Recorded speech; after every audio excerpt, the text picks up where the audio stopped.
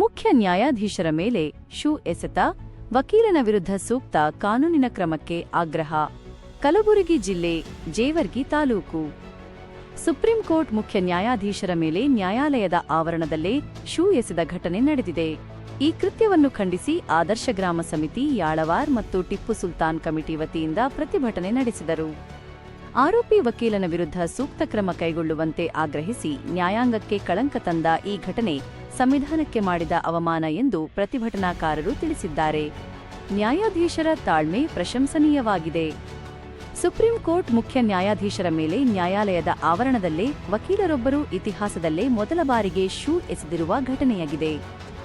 ಆರೋಪಿ ವಕೀಲನ ವಿರುದ್ಧ ಸೂಕ್ತ ಕ್ರಮ ವಹಿಸುವಂತೆ ಆದರ್ಶ ಗ್ರಾಮ ಸಮಿತಿ, ಟಿಪ್ಪು ಸುಲ್ತಾನ್ ಕಮಿಟಿ ವತಿಯಿಂದ ಪ್ರತಿಭಟನೆ ನಡೆಸಿದರು. ಕಲಬುರ್ಗಿಯ ಜೇವರ್ಗಿ ಪಟ್ಟಣದ ಪ್ರತಿಭಟಿಸಿ ಮಾತನಾಡಿದ ಮಹೇಶ್ ರಾಠೋಡ ಮತ್ತು ಹಿಬ್ರಾಂ ಪಟೇಲ್ ಯಾಳವಾರ್ ಅವರು, ಮುಖ್ಯ ನ್ಯಾಯಾಧೀಶರ ಮೇಲೆ ಅದು ನ್ಯಾಯಾಲಯದ ಆವರಣದಲ್ಲೇ ಶೂ ಎಸೆದಿರುವುದು ನ್ಯಾಯಾಂಗಕ್ಕೆ ದೊಡ್ಡ ಕಳಂಕವಾಗಿದೆ. ಇದು ಸಂವಿಧಾನಕ್ಕೆ ಮಾಡಿದ ಅಪಮಾನವಾಗಿದೆ ಎಂದು ತೀವ್ರವಾಗಿ ಖಂಡಿಸಿದರು. ಸನಾತನ ಧರ್ಮಕ್ಕೆ ಅವಮಾನ ಮಾಡಿದ್ದಾರೆಂದು ಆರೋಪಿಸಿ ಮಧ್ಯಪ್ರದೇಶದ ಖಜುರಾಹೋದಲ್ಲಿ ಸುಪ್ರೀಂ ಕೋರ್ಟ್ ನ್ಯಾಯಾಧೀಶ ಬಿ.ಆರ್. ಗವಾಯಿ ಅವರ ಮೇಲೆ ವಕೀಲ ರಾಕೇಶ್ ಕಿಶೋರ್ ಶೂ ಎಸೆದು ಅಪಮಾನ ಮಾಡಿದ್ದಾರೆ.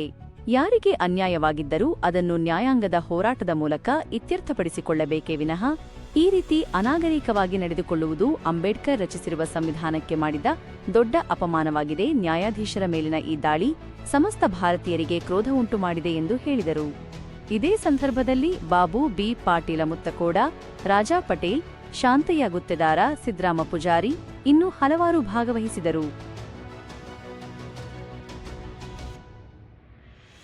ಇವತ್ತು ಆದರ್ಶ ಗ್ರಾಮ ಸಮಿತಿ ಮತ್ತು ಟಿಪ್ಪು ಸುಲ್ತಾನ್ ಕಮಿಟಿ ಜೇವರ್ಗಿ ವತಿಯಿಂದ ಹಾಗೂ ವಿಶೇಷವಾಗಿ ರೈತ ಸಂಘ ಮತ್ತು ಸಿಪಿಐ ಎಲ್ಲರ ಬೆಂಬಲದೊಂದಿಗೆ ಇವತ್ತು ನಡೆಯುತ್ತಿರುವ ಹೋರಾಟದಲ್ಲಿ ಭಾಗಿಯಾದಂಥ ಎಲ್ಲ ಸ್ನೇಹಿತರೆ, ಇವತ್ತು ನಡೆಯುತ್ತಿರುವ ಹೋರಾಟ ಸುಪ್ರೀಂ ಕೋರ್ಟ್ನ ಮುಖ್ಯ ನ್ಯಾಯಮೂರ್ತಿ ಗವಾಯಿಯವರ ಸರ್ ಮೇಲೆ ನಡೆದಂಥ ಹಲ್ಲೆ, ಅದು ಸಂವಿಧಾನ ಮೇಲೆ ನಡೆದಂಥ ಹಲ್ಲೆ.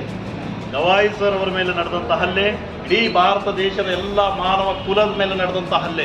ಇದನ್ನು ಆದರ್ಶ ಗ್ರಾಮ ಸಮಿತಿ ತೀವ್ರವಾಗಿ ಇವತ್ತು ಖಂಡಿಸ್ತಾ ಇದೆ. ಇವತ್ತು ದೇಶದಲ್ಲಿ ಪ್ರತಿದಿನ ಪ್ರತಿ ಸಂದರ್ಭದಲ್ಲಿ ನ್ಯಾಯಾಲಯದ ನ್ಯಾಯಾಧೀಶರ ಮೇಲೆ ಗೌರವ ಇಲ್ಲ.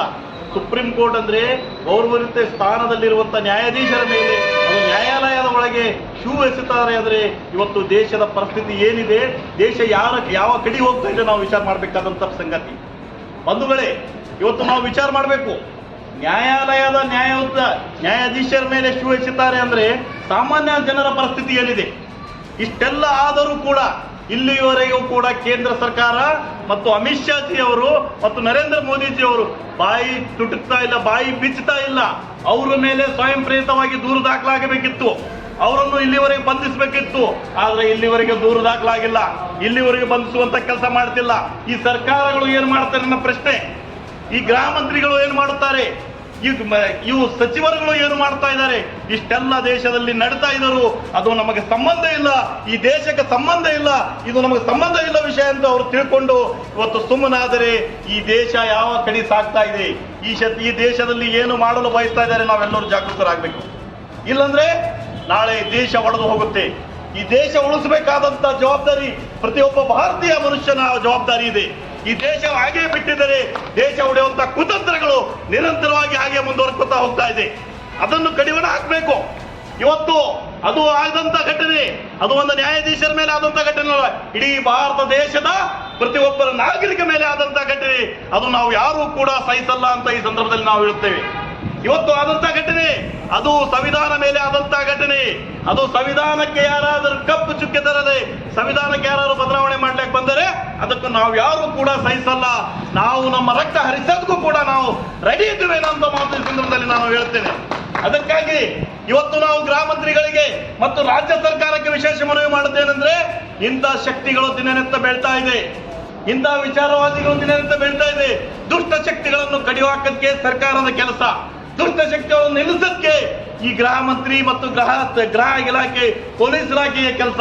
ಅದನ್ನು ಈ ಕೂಡಲೇ ನಿಲ್ಲಿಸುವಂತ ಕೆಲಸ ಆಗಬೇಕು. ಇವತ್ತು ತಾವು ನೋಡಿ ಫೇಸ್ಬುಕ್ ನಲ್ಲಿ ಕಾಮೆಂಟ್ಗಳು ಬರ್ತಾ ಇದೆ, ಸುಮಾರು ಕಾಮೆಂಟ್ ನೋಡಿ, ದೇಶ ವಿರೋಧ ಕಾಮೆಂಟ್ಗಳು ಬರ್ತಾ ಇದೆ. ಇಂಥ ವ್ಯಕ್ತಿ ದೇಶದ್ರೋಹ ಮತ್ತು ನ್ಯಾಯಾಧೀಶರ ಮೇಲೆ ಇದು ಶೂ ಹೆಸರಂತ ವ್ಯಕ್ತಿಗೆ ಸಮರ್ಥನೆ ಮಾಡ್ತಾರಂದ್ರೆ ಇದು ಏನು ನಡೀತಾ ಇದೆ, ಇದನ್ನು ನಾವು ತಿಳ್ಕೋಬೇಕು. ಇಂಥವರನ್ನು ಯಾಕಂದ್ರೆ ನಾವು ಅವರ ಮೇಲೆ ಕಠಿಣ ಶಿಕ್ಷೆ ಆಗದೇ ಇದ್ದರೆ ಮತ್ತೆ ಇಂಥ ಘಟನೆಗಳು ಮರಳಿ ಬರುತ್ತವೆ. ನಾಳೆ ದೇಶದಲ್ಲಿ ಅಶಾಂತಿ ಸೃಷ್ಟಿ ಆಗ್ತದೆ.